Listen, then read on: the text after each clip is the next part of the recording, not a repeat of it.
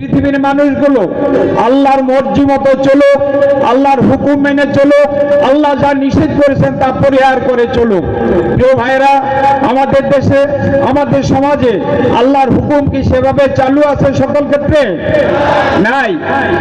এই জন্য আল্লাহ তাআলা যুগে যুগে নবী রাসূলদের পাঠিয়েছেন এবং আল্লাহ তাআলা বলছেন তাদের মিশন সম্পর্কে, ওয়াল্লাযী আরসালা রাসূলাহু বিল হুদা ওয়া দীনিল হক লিইয়ুযহিরাহু আলা দ্বীনি কুল্লি।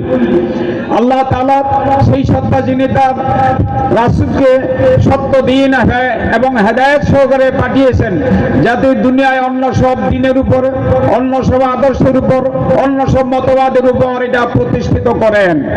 তো ভাইরা, আমাদের দেশে কি আল্লাহর দ্বীন প্রতিষ্ঠিত আছে? দ্বীন প্রতিষ্ঠিত নাই।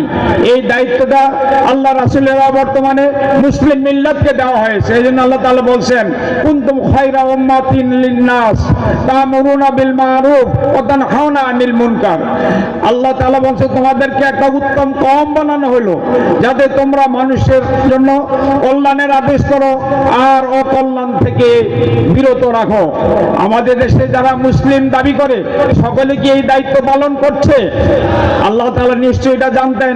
এজন্য আল্লাহ তাআলা আরো একটু আগে বলেছেন, ওয়ালতাকুম মিনকুম উম্মাতুন ইয়াদউনা ইলাল খায়র ওয়া ইয়ামুরুনা বিল মা'রুফ ওয়া ইয়ানহাউনা আনিল মুনকার। তোমাদের মধ্যে অবশ্যই একটা কওম, একটা গোষ্ঠী, একটা জামাত, একটা সংগঠন থাকতে হবে যারা ন্যায়ের আদেশ করবে আর অন্যায়ের প্রতিরোধ করবে।